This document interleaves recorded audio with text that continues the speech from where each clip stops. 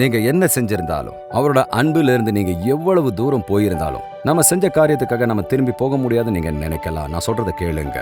நீங்க ஒருபோதும் தேவனுடைய கிருபையை மீற முடியாது.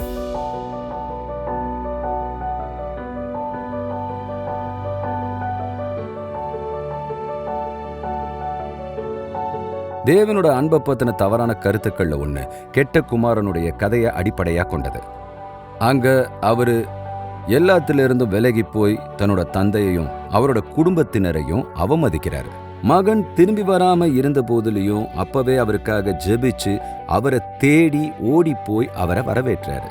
இது நாம தேவன் கிட்ட இருந்து விலகி போகும்போது தேவன் ஒருபோதும் நம்ம கிட்ட இருந்து விலகி போறதில்லைன்றத சொல்லி கொடுக்குது.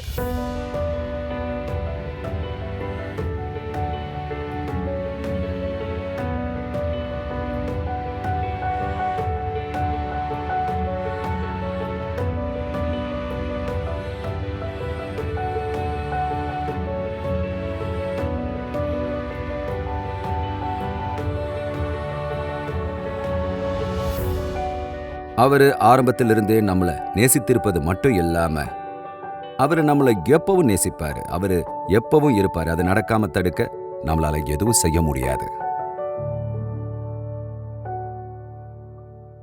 ஒரு மகன் தன்னோட தகப்பனை நேசிக்கலைனாலும் கெட்ட மகனை நேசிக்கிறது தந்தை தான்.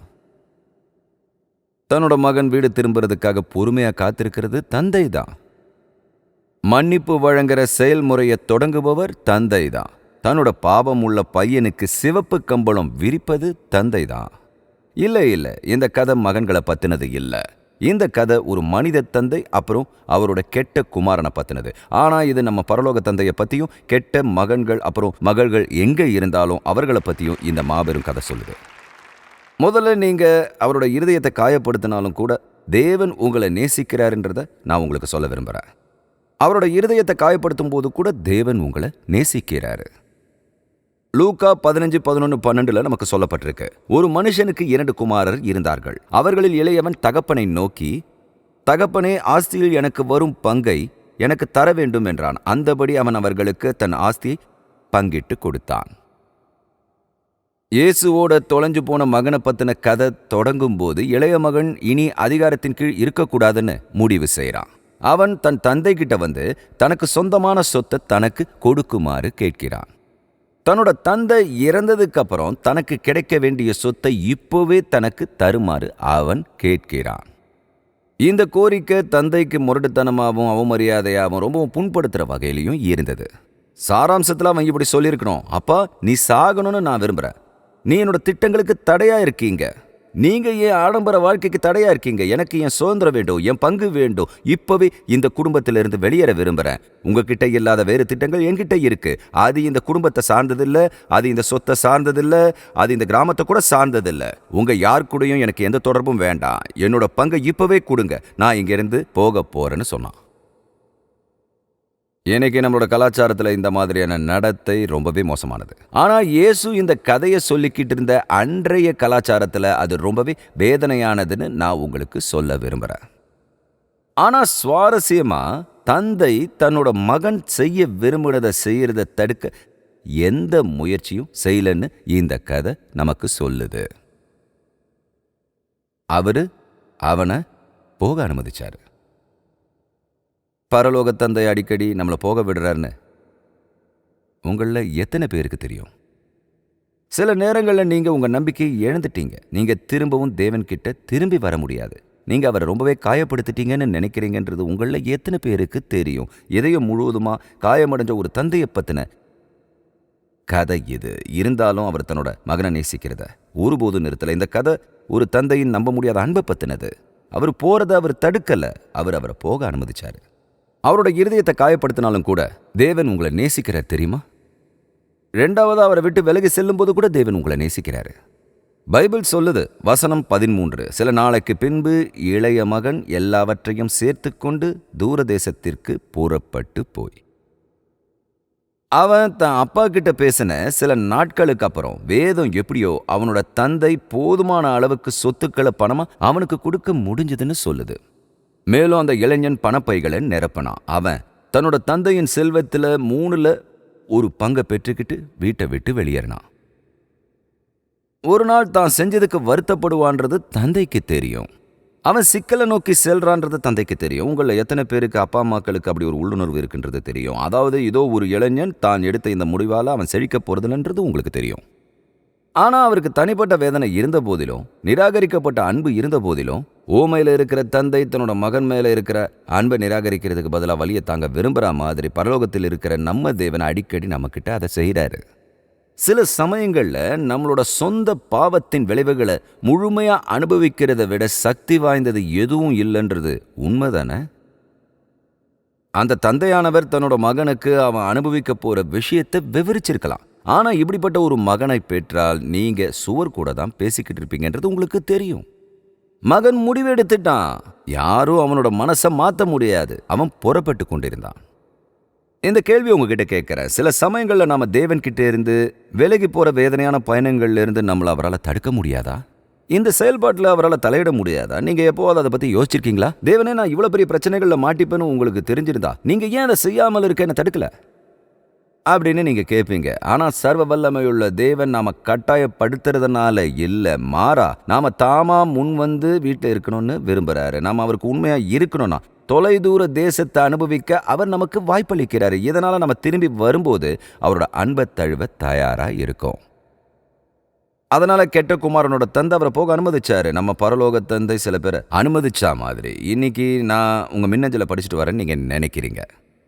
ஏன்னா இது உங்களோட கதை. இதுதான் உங்க வாழ்க்கையில நடந்தது. அவரோட இருதயத்தை காயப்படுத்தினாலும் தேவன் உங்களை நேசிக்கிறாரு. அவரை விட்டு விலகி போகும்போது கூட நேசிக்கிறாரு. மூணாவதா உங்க வாழ்க்கையை வீணாக்கும் போதும் உங்களை நேசிக்கிறாரு. அதை செய்யறது ஒன்னா இணைக்கிறது கஷ்டம். அது கிட்டத்தட்ட ஒரு துண்டிப்பு மாதிரியானது. ஆனா அது உண்மைதான். கெட்ட குமாரன் பொருட்களை சேகரித்து தன்னோட பரம்பரை சொத்தை வாங்கிக்கிட்டு தூரதேசத்துக்கு பிரயாணம் போனான்னு லூக்கா நமக்கு சொல்றாரு. இந்த கதையில தூரதேசம்ன்றது ஒரு புவியியல் குறிப்பை விட அதிகம்ன்றது உங்களை எத்தனை பேருக்கு தெரியும்? தூரதேசம்ன்றது தேவன் கிட்ட இருந்து விலகி இருக்கிறது, தேவனுக்கு எதிராக கலகம் செய்வது, நீங்க இருக்க வேண்டிய இடத்தை விட்டு வெளியேறுது, இதெல்லாம் குறிக்குது.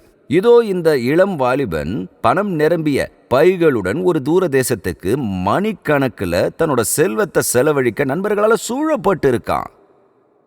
அவன் எல்லாருக்கும் மதுபானங்கள் வாங்கி கொடுத்து தவறான பெண்களை ஏற்பாடு செய்யறான். பல நாட்களா ஒழுக்கக்கேடு அப்புறம் குடிப்பழக்கம் நிறைஞ்ச வாழ்க்கை முறையை தொடர்றான். யாருக்கும் கணக்கு கொடுக்க வேண்டியதில்லைன்றதுனால தன்னோட பணத்தை தாராளமா செலவு செய்யறான். அவன் ஏதாவது செய்யணுமான்னு யார்கிட்டையும் கேட்க வேண்டியதில்லை. என்ன வேணாலும் செய்யலாம். கட்டுப்பாடற்ற பாவத்தின் தெளிவான படத்தை கற்பனை செய்யறது கஷ்டம். அப்புறம் பைபிள் சொல்லுது, பணமானது தீர்ந்துடுச்சு. அவன் எல்லாத்தையும் அழிச்சிட்டான். அவன் எல்லாத்தையும் செலவு செஞ்சுட்டான்னு கதை சொல்லுது. அவன் பணம் நிரப்பின பைகளோட ஊருக்கு வெளியே போனா இப்போ அது காலியா இருக்கு. அவனோட செல்வம் வீணாயிடுச்சு. அவனோட நண்பர்கள் போயிட்டாங்க. அவன் மாம்சத்துக்கு விதைச்சா ஊழலை அறுவடை செய்யறான். இது நான் உங்களுக்கு சொல்ற ஒரு திரைக்கதை. இதோ இந்த மகன் இதையெல்லாம் செய்யறான். ஆனா வீட்டுக்கு திரும்பும்போது அவனோட தந்தை இருக்காரு. அவனோட அப்பா அவனை நேசிக்கிறத ஒருபோதும் நிறுத்தல.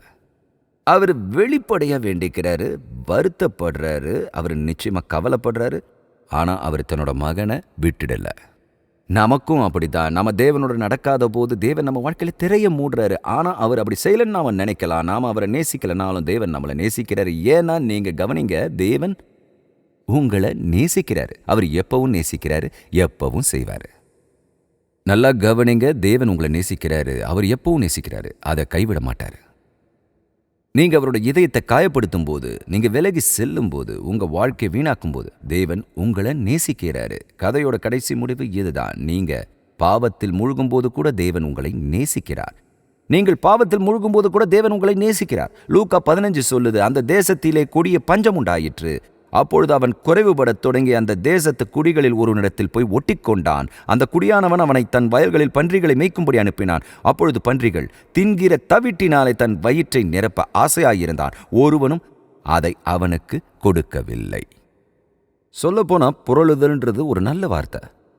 ஒரு பன்றி கூட்டில் புரள்ற மாதிரி. எல்லா பணமும் அழிஞ்சிடுச்சு. அவனோட நண்பர்கள் எங்கேயும் காணப்படல. இந்த துல்லியமான தருணத்துல தேசத்துல ஒரு பஞ்சம் வந்ததுன்னு பைபிள் சொல்லுது. ஊதாரி மகன் இப்ப பணம் இல்லாம, நண்பர்கள் இல்லாம, உணவு இல்லாம இருக்கான். இந்த நேரத்துல அவன் முதல் முறையா தன்னோட வீட்டை பத்தி சிந்திக்க ஆரம்பிக்கிறான். ஆனா புறஜாதியினரோட தன்னோட சுதந்திரத்தை வீணடிச்சதுனால அவனால வீட்டுக்கு போக முடியல. யூதர்களுக்கு அது மன்னிக்க முடியாத பாவம். அதனால ஊதாரி மகன் தான் இழந்த பணத்துல சிலதை மீட்டு தன்னோட அப்பா கிட்ட திரும்பி போறது மட்டுமே தன்னோட ஒரே நம்பிக்கைன்றதை உணர்ந்தா அது நமக்கு ஒரு அபத்தமான சிந்தனையா தோணும். அதாவது அந்த சொத்துல 1/3 பகுதியை மீட்டெடுக்க போதுமான பணம் எப்படி சம்பாதிக்க போறான்? அவனால முடியாது. அதுதான் அவனுக்கு இருக்கிற ஒரே வழி. அதனால அந்த ஊதாரி மகன் அந்த நாட்டோட ஒரு குடிமகனோட ஒட்டிக்கிட்டான்னு பைபிள் சொல்லுது. அவன் ஒரு குடிமகனை கண்டுபிடிச்சான். செல்வத்தை குறிக்கிற ஒரு சொல் அது. அந்த குடிமகன் கிட்ட போய் ஒட்டிக்கிட்டான். வேற வார்த்தையில சொல்லணும், அவன் பணக்காரனை கண்டுபிடிச்சான். அவன் அந்த நபரோட ஒட்டிக்கிட்டான். அந்த பணக்காரன் எங்க போனாலும் அவனை இவன் பின்தொடர்ந்தான். நிச்சயமா ஒரு பணக்கார குடிமகன் அந்த மாதிரி உடைஞ்ச மனித குலத்தோட எதையும் செய்ய விரும்பி இருக்க மாட்டான். அதனால இந்த ஊதாரிய தன்கிட்ட இருந்து அகற்றுவதற்காக அவனை தன்னோட வயல்களில் பன்றிகளை மேய்க்கும்படி அனுப்புனான்னு பைபிள் சொல்லுது. பன்றிகள் தின்கிற தவிட்டினாலே தன் வயிற்றை நிரப்ப ஆசையாயிருந்தான். ஒருவனும் அதை அவனுக்கு கொடுக்கவில்லைன்னு வேதம் சொல்லுது. ஊதாரி மகனை பொறுத்த வரைக்கும் கதையோட ரொம்ப குறைஞ்ச புள்ளி இதுதான். அவன் ஒரு பணக்கார யூத நில உரிமையாளரோட மகனாயிருக்கான். தேவனுடைய பசுமையான பூமியின் முகத்துல யூதர்கள் ரொம்பவும் சடங்கு ரீதியா அசுத்தமான அப்புறம் வெறுக்கத்தக்க விலங்குகளா கருதுற இடத்துல இவன் வாழறான். நீங்க அவருடைய இருதயத்தை காயப்படுத்தினாலும் கூட தேவன் உங்களை நேசிக்கிறாரு. விட்டு விலகி போகும்போது கூட உங்களை நேசிக்கிறாரு. வாழ்க்கையை வீணாக்கும் போது கூட நேசிக்கிறாரு. பாவத்தில் முழுகும்போது கூட நேசிக்கிறாரு. சொல்லப்போனா பாவத்தில் மூழ்குவது என்பது நமது கலாச்சாரத்திலிருந்து மறைந்துவிட்ட ஒன்று இல்லை. நான் இதை படிச்சுக்கிட்டு இருந்தப்போ ஒரு ராத்திரி ESPNல ஸ்போர்ட்ஸ் சென்டரை பார்த்துக்கிட்டு இருந்தேன். அப்போது ஒரு நிகழ்ச்சி தொகுப்பாளர் லைஸ்டன்பர்க் நேர்காணல் செஞ்சார். அவர் ஒரு முன்னாள் முகவர், வரலாற்றில் ரொம்பவும் பிரபலமான விளையாட்டு முகவர்களில் ஒருவர். ஜெரி மெக்வயர்ன்ற படத்துக்கு அவர் தான் உத்வேகம் அளித்தார். அவர் தன்னோட காலத்தில் ஒவ்வொரு முக்கிய குவார்ட்டர் பேக்குக்கும் விளையாட்டு முகவராக இருந்தார். மேலும் அவர் மதிக்கப்பட்டார். அவர் சிறந்தவர்னு அவங்க நினச்சாங்க. அவர் தன்னை கட்டுப்பாட்டை மீறி போக அனுமதிச்சதுனால மது அப்புறம் போதைப் பொருட்களை பயன்படுத்த தொடங்கினார். மேலும் கதையில் அவர் இந்த கதையை சொல்கிற வரைக்கும் அவர் தன்னோட வாழ்க்கையை வீணடித்தார். நான் ஒரு டயப்பரில் இருக்கிற ஹோக் ஹாஸ்பிட்டலில் சேர்ந்தேன்னு சொன்னார். தான் திரும்பவும் வரலன்னா உயிர் பிழைக்கிறதுக்கான வாய்ப்புகள் குறைவுன்றதை உணரத்துக்கு முன்னாலே அந்த நிலைக்கு அவர் இறங்கினார். இந்த ஊதாரி மகன் இப்போது கீழே விழுந்துட்டான். அதனால் இப்போ நம்ம கற்றுக்க போகிறது ரொம்பவும் சுவாரஸ்யமானது. நீங்கள் வழக்கமாக கேட்ட மாதிரி இந்த கதை சொல்லப்படலை. அதனால் கவனமாக கேளுங்க. நீங்கள் திரும்பி வர உழைக்கும் போது கூட தேவன் உங்களை நேசிக்கிறாரு. வசனம் 17 கவனிங்க. அவனுக்கு புத்தி தெளிந்த போது அவன், என் தகப்பனுடைய கூலிக்காரர் எத்தனையோ பேருக்கு பூர்த்தியான சாப்பாடு இருக்கிறது, நானோ பசியினால் சாகிறேன். நான் எழுந்து என் தகப்பனிடத்திற்கு போய், தகப்பனே, பரத்துக்கு விரோதமாகவும் உமக்கு முன்பாகவும் பாவம் செய்தேன். இனிமேல் உம்முடைய குமாரன் என்று சொல்லப்படுவதற்கு நான் பாத்திரன் அல்ல. உம்முடைய கூலிக்காரரில் ஒருவனாக என்னை வைத்துக் கொள்ளும் என்பேன். இப்போ எங்க இந்த கதையில இதுதான் திருப்பு முனைன்னு நான் எப்பவும் நினைச்ச ஒன்ன இயேசு சொல்றாரு. இயேசு தொடர்ந்து அவனோட ரொம்ப பெரிய துயரத்தோட தருணத்துல அவன் பசியால வாடி பன்றிகளோட சாப்பிடும்போது அவன் சுயநினைவுக்கு வரான். மேலும் அங்க இருக்கிற வெளிப்பாடு அவர் சுயநினைவுக்கு வந்தார், இல்லை தன்னை முடிவு கொண்டு வந்தார்னு அர்த்தம்.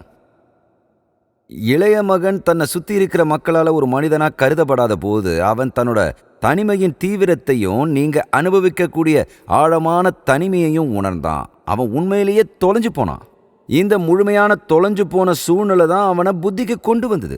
அவன் தனிமையா இருக்கிறத அறிந்து அதிர்ச்சி அடைஞ்சான். மேலும் அவன் தன்னை மரணத்துக்கு கூட்டிட்டு போற பாதையில இப்போ அவன் இருக்கான்றதையும் அவன் நல்லா புரிஞ்சுக்கிட்டான். தான் தேர்ந்தெடுத்த பாதையையும் அது தன்னை எங்க கூட்டிட்டு போகுன்றதையும் அவன் உடனடியா தெளிவா புரிஞ்சுக்கிட்டான். அவன் தன்னோட சொந்த மரண தேர்வை புரிஞ்சுக்கிட்டான். மேலும் தன்னோட தற்போதைய பாதையில தொடர்றது தன்னை சொந்த மரணத்துக்கு வழிவகுக்குன்றதையும் அவன் தெரிஞ்சுக்கிட்டான். இந்த ஓமையில ஏராளமான செய்திகளை நான் கேட்டிருக்கேன். அதுல அவங்க சொல்லுவாங்க, அவன் இங்கே தான் இயேசுவை சந்திச்சான், இங்கேயே அவன் மண்டியிட்டு மன்னிப்பு கேட்டான், இங்கேயே அவன் தனது வாழ்க்கையை மாத்திக்கிட்டு வீட்டுக்கு திரும்பினான். ஆனா அவன் அப்படிதான் செஞ்சானா? அவன் செஞ்சதுக்கு வருத்தப்பட்டதா வசனத்துல ஏதாவது இருக்கா? அவன் தன்னோட தந்தையின் இதயத்தை உடைச்சிட்டான்றத ஒப்புக்கொள்ள இங்க ஏதாவது இருக்கா? அவன் விசுவாசத்துக்கு வந்தது இங்கதான்னு நம்மளை நம்ப வைக்க இங்க ஏதாவது இருக்கா? இல்ல. இந்த கதையில ஒரு துளி கூட ஆதாரன்றது இல்ல. அவன் செய்வது என்னவென்றால், அவன் இருக்கிற குழப்பத்திலிருந்து ஒரு வழியை கண்டுபிடிக்க முயற்சி செய்றான். ஊதாரி மகன் தன்னோட தந்தையோட சம்பளத்துல வாழற மனிதர்களை விட தான் ரொம்ப குறைவா வாழ்ந்துகிட்டு வரான்னு தெரிய வந்ததும் அவன் சுயநினைவுக்கு வந்தான். அவனுக்கு புத்தி தெளிஞ்சுது. அது உரையில என்ன சொல்லுதுன்னா, என் தகப்பனுடைய கூலிக்காரர் எத்தனையோ பேருக்கு பூர்த்தியான சாப்பாடு இருக்கு, நானும் இங்க பசினால சாகுறேன். நான் எழுந்து தகப்பனிடத்திற்கு போய் தகப்பனை பரத்துக்கு விரோதமா பாவம் செய்தேன்னு சொல்வேன்னு சொன்னான். நாமளும் அப்படிதான் இருக்கோம் இல்லையா? நாம ஒரு பயங்கரமான குழப்பத்தில் இருக்கும்போது கூட நான் தவறு செஞ்சுட்டேன்னு சொல்றதை தவிர்க்க நாம எவ்வளோ கடினமாக போராடுறோன்றதை நீங்கள் எப்போது கவனிச்சிருக்கீங்களா? உங்களுக்கு தெரியும் நாம அதை அன்றாட வாழ்க்கையில் செய்கிறோம். ஒரு முறை எனக்கு நினைவு இருக்குது. நான் டானாவோட நியூ ஜெர்சி டர்ன் பைக்கில் பயணம் செஞ்சுக்கிட்டு இருந்தேன். நாங்கள் நியூ ஜெர்சிக்கு திரும்பிக்கிட்டு இருந்தோம். நீங்கள் திருப்பத்தை தவற விட்டுட்டீங்கன்னு நினைக்கிறேன்னு டானா சொன்னாங்க. நான் திருப்பத்தை தவற விடலைன்னு. சரி, உங்களுக்கு தெரியும், நம்ம திருப்பத்தை தவற விட்ட இடத்துல நம்ம திரும்பி போக வேண்டிய சைகை பலகையை பார்த்தேன்னு சொன்னாங்க. அவங்க தூங்க போயிட்டாங்க. நெடுஞ்சாலையில் தொடர்ந்து பயணம் செஞ்சுக்கிட்டு இருந்தவங்க விரைவிலேயே நான் ஒரு பலகையை பார்த்தேன். நியூயார்க் நகரத்துக்கு 55 மைல்கள் இருக்குங்க. நான் 4 வழி பாதைகளில் போனேன். காரை மெதுவாக திருப்ப ஒரு வழியை கண்டுபிடிக்க முயற்சி செஞ்சேன். அதனால் நாங்கள் வீட்டுக்கு திரும்பி வரோன்னு அவங்களுக்கு தெரியாது. பாருங்கள், நாமளும் அப்படி தான் இருக்கோம். என்ன பாருங்கள், நான் என்ன பேசுகிறேன்னு உங்களுக்கு தெரியும் இல்லையா? நாம் தவறு செஞ்சதை ஒப்புக்காம இருக்க நம்ம எதையும் செய்வோம். இந்த இளைஞன் செய்கிறது தான் நாம் அடிக்கடி செய்கிறோம். தேவனே, நான் உம்மிடமிருந்து விலகிவிட்டேன், நான் என் வாழ்க்கையை நாசமாக்கி விட்டேன்னு மண்டியிடுறதுக்கு பதிலாக நீங்கள் செய்ய வேண்டியதை செய்யாமல் இருக்க சாத்தான் உங்களுக்கு எல்லா வகையான சாக்குகளையும் கொடுப்பான். அதைத்தான் இந்த இளைஞனும் செஞ்சிட்டு இருக்கான். இதை நானே செய்ய முடியும். நான் திரும்பி போவேன், என் அப்பாவோட நான் திரும்பவும் சமரசம் செஞ்சுப்பேன்னு அவன் முடிவு செஞ்சான். அப்புறம் 6வது, நீங்கள் மன்னிப்புன்ற கரங்களால் சூழப்பட்டு இருக்கும்போது கூட தேவன் உங்களை நேசிக்கிறார். இங்கே இந்த கதை அற்புதமானது. லூக்கா 15:20 சொல்லுது, எழுந்து புறப்பட்டு தன் தகப்பனிடத்தில் வந்தான். அவன் தூரத்தில் வரும்போதே அவனுடைய தகப்பன் அவனை கண்டு மனதுருகி ஓடி அவன் கழுத்தை கட்டிக்கொண்டு அவனை முத்தம் செய்தான். குமாரன் தகப்பனை நோக்கி, தகப்பனே, பரத்துக்கு விரோதமாகவும் உமக்கு முன்பாகவும் பாவம் செய்தேன். இனிமேல் உம்முடைய குமாரன் என்று சொல்லப்படுவதற்கு நான் பாத்திரன் அல்ல என்று சொன்னான். சில நேரங்களில் மகன் வீட்டுக்கு வருவதற்காக தந்தை தன்னோட அறையில் காத்திருக்காருன்னு மக்கள் நினைக்கிறாங்க. அப்படி இல்லை. பைபிள் அவர் அவனை கவனித்துக் கொண்டிருந்ததாக சொல்லுது. ஒருவேளை அவர் தன்னோட நிலத்தை பாதுகாக்கிற உயர்ந்த கோபுரங்கள் ஒன்றில் நின்றுக்கிட்டு தன்னோட மகனோட வருகைக்காக ஒவ்வொரு நாளும் கோபுரத்தில் காத்திருந்திருக்கலாம். கிரேக்கு ஒரு மிக தொலைவில்ன்றதை வலியுறுத்துது. அவனோட தந்தை அவனை பார்க்கும்போது அவருக்கு இரக்கம் ஏற்படுதுன்னு பைபிள் சொல்லுது. அப்புறம் அவர் எந்த யூத தந்தையும் செய்யாத ஒன்றை செஞ்சார். அவர் தன்னோட மகன் இருக்கிற இடத்தை நோக்கி ஓடினார்னு பைபிள் சொல்லுது. அவர் உண்மையிலேயே தன்னோட மகனை சந்திக்க ஓடி அவனை கட்டி தழுவி முத்தமிட தொடங்கினார். மத்திய கிழக்கில் வயசும் அந்தஸ்தும் கொண்ட ஒரு மனிதர் எப்பவும் மெதுவாக கண்ணியமாக நடந்து போவார். ஆனால் இங்கே பார்த்தீங்கன்னா இப்போ தந்தை சாலையில் ஓடுறாரு. அப்படி செய்ய அவர் தன்னோட அங்கிகளோட முன் விளிம்பு எடுத்து மேலே தூக்க வேண்டி இருந்தது. இதனால் அவரோட கால்கள் ரொம்பவும் அசிங்கமான முறையில் வெளியே தெரியும். மேலும் இதெல்லாம் அவருக்கு வேதனையான அவமானம். அவர் கிராமத்தின் வழியாக ஓடும்போது அவர் தன்னோட நண்பர்கள் அப்புறம் அவரோட பங்காளர்களுக்கு சிரிப்பு நகைச்சுவையாக இருந்திருப்பார். அவர் இல்லாமல் கிராமத்துக்கு திரும்பி போனால் அவருக்கு எந்த வாய்ப்பும் இருக்காதுன்றத அவரோட தந்தை நல்லாவே அறிஞ்சிருந்தார். அதனால் தந்தை என்ன செஞ்சாருன்னா, இங்கே தன்னோட மகன் அவமானத்தை தனக்குத்தானே தேடிக்கிட்டு கண்ணியத்தை இழந்த ஒரு சங்கடமான தருணத்தில் அவர் வெளியே ஓடினார். அங்கே கிராமத்தின் விளிம்பில் அவர் தன்னோட மகனுடைய கழுத்தை கட்டி கொண்டுன்னு பைபிள் சொல்லுது. பைபிள் ரொம்பவே தெளிவாக சொல்லுது. அவரை வெறும் முத்தமிடலை, அவரை கட்டிக்கிட்டு முத்தமிட்டார். சொல்லப்போனால் நம்மளுடைய தேவன் நமக்காக செஞ்சது அதுவல்லவா? நம்ம பெற வேண்டிய அவமானத்தை அவர் தன் மேலே ஏற்றுக்கிட்டார் இல்லையா? 2 திருடர்களுக்கு மத்தியில் சிலுவையில் தொங்க விட அவர் தன்னோட மகனை இந்த உலகத்துக்கு அனுப்பினார். இதனால் நமக்கு கிடைக்க வேண்டிய அவமானத்தை அவருடைய சொந்த குமாரன் ஏற்று கொண்டார். அவரோட இதயத்தை காயப்படுத்தும் போது, நீங்கள் அவரை விட்டு விலகி போகும்போது, உங்கள் வாழ்க்கையை வீணாக்கும் போது, நீங்கள் பாவத்தில் முழுகும்போது, நீங்கள் திரும்பி வர உழைக்கும் போது, நீங்கள் அவரோட மன்னிப்பு கரங்களில் சுற்றப்படும் போது தேவன் உங்களை நேசிக்கிறாரு. யோசேப்பு அப்புறம் அவரோட குடும்பத்தினரோட கதையோடு சேர்ந்து இது பைபிள் கதைகளில் சிறந்த தருணங்களில் ஒன்றாக இருக்க வேண்டும். அப்பொழுது தகப்பன் தன் ஊழியக்காரரை நோக்கி, நீங்கள் உயர்ந்த வஸ்திரத்தை கொண்டு வந்து இவனுக்கு உடுத்தி இவன் கைக்கு மோதிரத்தையும் கால்களுக்கு பாதரட்சைகளையும் போடுங்கள். கொழுத்த கன்றை கொண்டு வந்து அடியுங்கள். நாம் பூசித்து சந்தோஷமாயிருப்போம். என் குமாரனாகிய இவன் மரித்தான், திரும்பவும் உயிர்த்தான், காணாமற் போனான், திரும்பவும் காணப்பட்டான் என்றான். அப்படியே அவர்கள் சந்தோஷப்படத் தொடங்கினார்கள். இப்போ இங்க என்ன நடந்தது? வயசான தகப்பன் கிராமத்தின் எல்லைக்கு ஓடினாரு. அவர் ஓடும்போது தன்னோட ஆடைகளை உயர்த்திக்கிட்டாரு. அவர் தனியா அங்க போகல. அவரோட ஊழியர்கள் அவரோட போனாங்க. அவர் தன்னோட மகன் மேல அன்பு செலுத்தியவுடன் அவர் தன்னோட ஊழியக்காரரை நோக்கி, போய் வஸ்திரத்தை எடுத்து வாருங்கள், நீங்க உயர்ந்த வஸ்திரத்தை கொண்டு வந்துன்னு சொன்னாரு. அந்த சந்தேகத்துக்கு இடமில்லாத குடும்பத்தில் இருக்கிற முற்பிதாவுக்கு சொந்தமான எம்ப்ராய்டரி அங்கியா இருந்திருக்கும். போய் உயர்ந்த வஸ்திரத்தை எடுத்துக்கொண்டு வாருங்கள், இவன் கைக்கு மோதிரத்தையும் கால்களுக்கு பாதரட்சைகளையும் போடுங்கள்னு சொன்னாரு. கவனமா கேளுங்க. தந்தை செய்த 3 காரியங்கள்ல மகனோட வார்த்தைகள்ல இருக்கிற ஒவ்வொரு பிரச்சனைக்கும் அவர் பதிலளிச்சாரு. தகப்பனே, நான் பாவம் செய்தேன், நீங்க உயர்ந்த வஸ்திரத்தை கொண்டு வந்து போடுங்கள். அழுக்கான மகனுக்கு அழகான அங்கியை அணிவிக்க வேண்டாம். முதல்ல நீங்க அவனை சுத்தம் செய்யுங்க. நீங்க அவனை சுத்தம் செய்யுங்க. நீங்க பாவம் செய்யும் போது உங்களுக்கு என்ன தேவை? உங்களுக்கு சுத்திகரிப்பு தேவை இல்லையா? அதனால அந்த அங்கி தான் முதல் கூற்றுக்கான பதில். போய் அங்கியை எடுத்து வாருங்கள். தகப்பனே, நான் பாவம் செய்தேன், இனிமேல் உம்முடைய குமாரன் என்று சொல்லப்படுவதற்கு பாத்திரனல்ல. இவன் கைக்கு மோதிரத்தையும் கொண்டு வந்து அவன் விரலில் போடுங்கள். அந்த மோதிரம் குடும்ப அதிகாரத்தின் அடையாளமாய் இருந்தது. அது மகன் தன் தந்தையின் சார்பாக வியாபாரம் செய்ய அனுமதிச்சது. பிதாவே, உம்முடைய குமாரன் சொல்லப்படுறதுக்கு பாத்திரனல்ல, உம்முடைய கூலிக்காரரில் ஒருவனாக என்னை வைத்துக் கொள்ளும். இவன் கால்களுக்கு பாதரட்சைகளையும் போடுங்கள். அந்த கலாச்சாரத்துல வேலைக்காரர்கள் செருப்பு போடக்கூடாது. மகன்கள் தான் காலணிகள் அணியணும்.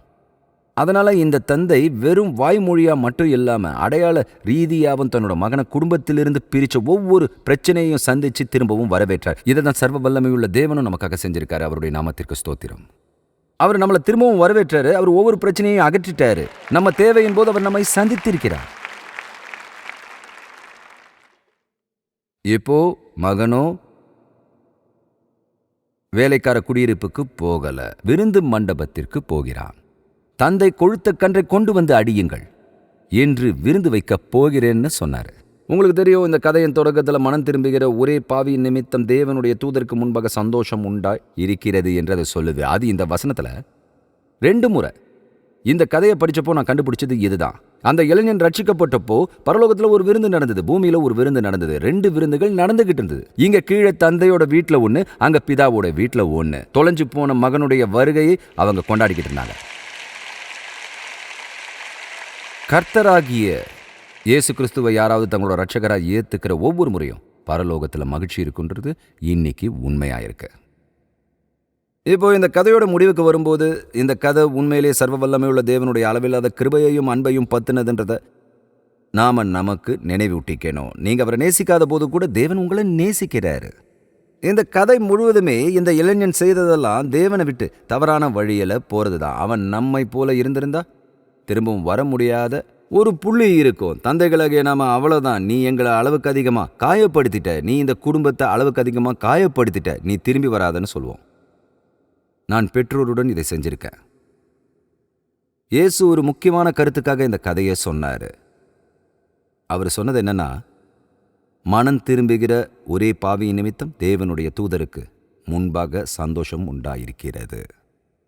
இப்போ கதை கிட்டத்தட்ட முடிஞ்சிருச்சு, ஆனா முழுமையா இல்லை. இந்த கதையோட ஒரு பகுதி பெரும்பாலும் இறுதியில் இழுக்கப்படுது. நினைவிருக்கா? இது ஒரு மகனுடைய கதை இல்லைன்னு நான் உங்ககிட்ட சொன்னேன். இது 2 மகன்களின் கதை. கதை இப்படி தொடங்குது. ஒரு தந்தைக்கு 2 மகன்கள் இருந்தாங்க. இளம் மகன் கலகக்காரனா இருந்தப்போ மூத்த பையன் வயல்ல தன்னோட தந்தையின் வேலையை செஞ்சுக்கிட்டு தன்னோட தந்தையின் சொத்துக்களை நிர்வகிக்கிறான். அவன் வீட்டிலேயே இருந்தான். தயவு செஞ்சு அவரு பாரபட்சமா நடத்தினாருன்னு நினைக்காதீங்க. பல வருஷங்களுக்கு முன்னால் இந்த கதையை படிச்சப்போ அவரோட இளைய சகோதரர் தன்னோட எல்லா பணத்தையும் முன்கூட்டியே பெற்றதால அவர் வருத்தப்பட்டாரு. ஆனா நீங்க திரும்பி படிச்சீங்கன்னா ஒரு சின்ன வார்த்தை இருக்கு. அதுல ஒருவன் அவர்களுக்கு தன் ஆஸ்தியை பங்கிட்டு கொடுத்தான்னு சொல்லுது. எனவே அவங்க 2 பேரும் தங்களோட பங்கை பெற்றுக்கொண்டார்கள். இளைய பையன் தன்னோட ஆஸ்தி எல்லாத்தையும் செலவழிச்சு அதை வீணடிச்சான். ஆனா மூத்த பையன் தன்னோட ஆஸ்தி எல்லாத்தையும் வச்சிருந்தான். அவன் வயலை பராமரிச்சுக்கிட்டு வந்தான். இளைய குமாரன் திரும்பி வந்ததுக்கு அப்புறம் அன்னைக்கு ராத்திரி அவன் வீடு திரும்பி கொண்டிருந்தான். அவன் வீட்டுக்கு திரும்பி சமீபமாய் வருகிற போது கீத வாத்தியத்தையும் நடன கழிப்பையும் கேட்டு ஊழியக்காரர்ல ஒருவனை அழைத்து இதென்னு விசாரிச்சான். வேலைக்காரன், அவங்க ஒரு விருந்து வச்சுக்கிட்டு இருக்காங்க, உங்க தம்பி வீட்டுக்கு வந்துட்டான். அவன் போயிட்டான், அவன் தொலைஞ்சு போயிட்டான், இப்போ அவன் கண்டுபிடிக்கப்பட்டான், அவன் செத்து போயிட்டான், இப்போ உயிரோட வந்துட்டான், உங்க அப்பா ரொம்ப உற்சாகமா இருக்காரு. பைபிள் சொல்லுது, அப்பொழுது அவன் கோபமடைந்து உள்ளே போக மனதில்லாதிருந்தான். அவன் தகப்பனுக்கு பிரதியுத்திரமாக, இதோ இத்தனை வருஷ காலமாய் நான் உமக்கு ஊழியம் செய்து ஒரு காலம் உம்முடைய கற்பனையை மீறாதிருந்தும் என் சிநேகிதரோடே நான் சந்தோஷமாய் இருக்கும்படி நீர் ஒரு காலம் எனக்கு ஒரு ஆட்டுக்குட்டியையாவது கொடுக்கவில்லை என்று சொன்னான். உங்க மகன் வீட்டுக்கு வந்த உடனே, கவனிங்க, அவர் அவனை கூட கூப்பிடல, என் தம்பி வீட்டுக்கு வந்த உடனேன்னு கூட சொல்லல. அவன் உங்க மகன் வீட்டுக்கு வந்த உடனேன்னு சொல்றான். அவனால அவனோட பேரை சொல்லி கூட கூப்பிட முடியல. அவனை இவனுக்கு பிடிக்காது. வேசிகளிடத்தில் உம்முடைய ஆஸ்தியை அழித்து போட்ட இவன் வந்த உடனே கொழுத்த கன்றை இவனுக்காக அடிப்பித்தீரேனா? அதுக்கு தகப்பன், மகனே, நீ எப்பொழுதும் என்னோடு இருக்கிறாய், எனக்குள்ளதெல்லாம் உன்னுடையதா இருக்கிறதுன்னாரு. அது மறுக்க முடியாத உண்மை. மீத இருக்கிற சொத்தை அவர் அவனுக்கு கொடுத்திருந்தாரு. அவன் எல்லாத்தையும் பராமரிச்சான். உன் சகோதரனாக இவனோ மரித்தான், திரும்பவும் உயிர்த்தான், காணாமற் போனான், திரும்பவும் காணப்பட்டான். ஆனபடியினாலே நாம் சந்தோஷப்பட்டு மகிழ்ச்சியா இருக்க வேண்டுமேன்னாரு. இளையவன் வீட்டை விட்டு வெளியேறியதற்கான காரணங்கள்ல ஒன்று, மூத்த சகோதரர் ரொம்பவும் நல்லவர் இல்லைன்னு நான் எங்கேயோ படித்தேன். நீங்க மூத்த சகோதரனை பத்தி எந்த அளவுக்கு அதிகமா தெரிஞ்சுக்க முடியுதோ அந்த அளவுக்கு அதிகமா தம்பி வீட்டை விட்டு வெளியேறியதற்கான காரணத்தை உங்களால் உணர முடியும்னு அது சொல்லுது. நீங்க புரிஞ்சிக்க வேண்டிய விஷயம் என்னன்னா, மூத்த சகோதரனும் தம்பியை போலவே தொலைஞ்சு போனான். தம்பி தொலைதூர நாட்டுக்கு போனான். ஆனா அவனோட இதயம் அவனை வீட்டுக்கு திரும்பவும் அழைச்சிக்கிட்டு வந்தது. மூத்த சகோதரன் வீட்டிலேயே இருந்தான். அவன் இதயம் வெகு தொலைவில் இருந்தது. அவனோட இருண்ட ஆவியிலிருந்து பொறாமை அப்புறம் வெறுப்புன்ற இந்த பயங்கரமான ஆவி வெடிச்சது. ஆனா கவனமா பாருங்க, தந்தை தனது இளைய மகனை வேண்டிக் கொண்டு வீட்டிற்கு அழைத்து வர கிராமத்தின் எல்லைக்கு போனது போல பைபிள் சொல்லுது. இது உண்மையில் இந்த சொற்களா இருக்கு. அவர் மூத்த மகன் இருந்த இடத்திற்கு போய் விருந்துக்கு வரும்படி கெஞ்சினார். ஆனா அவன் வரவில்லை. நான் ஒரு போதகராக இருந்த பல வருஷங்களை கவனிச்சதை உங்களுக்கு சொல்றேன். தூர நாட்டுக்கு போய் கிறிஸ்துவிடம் மக்களை கொண்டு வருவது ரொம்பவும் எளிதானதா இருக்கு. கிறிஸ்து இல்லாம ஏற்கனவே நல்லவங்கன்னு நினைக்கிற மக்களை அவரிடம் கொண்டு வருவது மிகவும் கடினமாக இருக்கிறது. திரும்பவும் உங்களுக்கு ஒரு முறை சொல்ற, தேவன் உங்களை நேசிக்கிறார். அவர் எப்பவும் நேசிக்கிறாரு, எப்பொழுதும் நேசிப்பாரு. அதை வச்சுக்கிட்டு நான் என்ன செய்யறதுன்னு உங்க இதயத்துல விவாதிக்கும் போது கூட அவர் உங்களை நேசிக்கிறாரு.